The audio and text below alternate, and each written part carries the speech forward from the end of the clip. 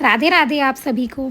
क्या आपने कभी सोचा है क्यों कहते हैं कि माँ गंगा की एक बूंद जीवन बदल सकती है?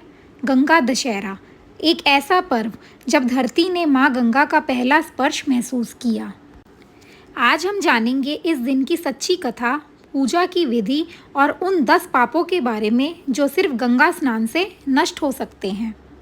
हजारों वर्ष पहले राजा भागीरथ के पूर्वजों को एक श्राप मिला था जिससे उनकी आत्मा मुक्त नहीं हो पाई। राजा भागीरथ ने वर्षों तक कठिन तप किया, पहले ब्रह्मा जी को प्रसन्न किया और फिर भगवान शिव की आराधना की।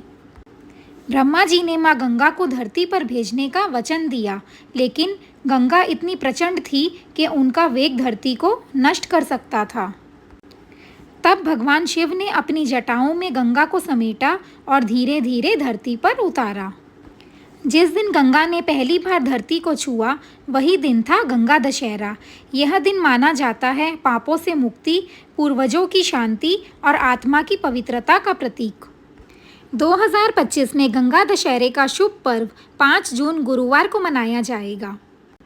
दशमी तिथि 4 जून की देर रात्रि 11:54 से 5 जून की देर रात्रि 2:16 तक रहेगी।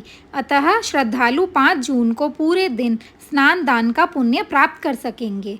इस बार 5 जून गुरुवार को भोर 3:35 से सुबह 5:24 तक तथा पुनः सुबह 9:13 तक गंगा स्नान विशेष शुभफलदायी रहेगा। इस दिन हस्त नक्षत्र, सर्वार्थ सिद्धि योग और सिद्धि योग तीनों मिल रहे हैं, जो इसे और भी पवित्र और फलदायक बनाते हैं। इस मुहूर्त में स्नान, दान और मंत्र जाप से पूर्ण फल प्राप्त होता है। गंगा दशहरे के दिन सबसे पहले गंगा जल से स्नान करें। यदि संभव हो तो गंगा नदी में, नहीं तो घर पर ही गंगा जल से।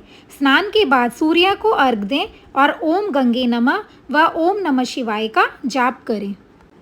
फिर माँ गंगा की पुष्प, दीप, अक्षत, तुलसी और चंदन से पूजा करें। इस दिन दान का विशेष महत्व है। जल से भरा घड़ा, वस्त्र, पंखा, गुड़ और जौ का दान करने से विशेष पुण्य प्राप्त होता है।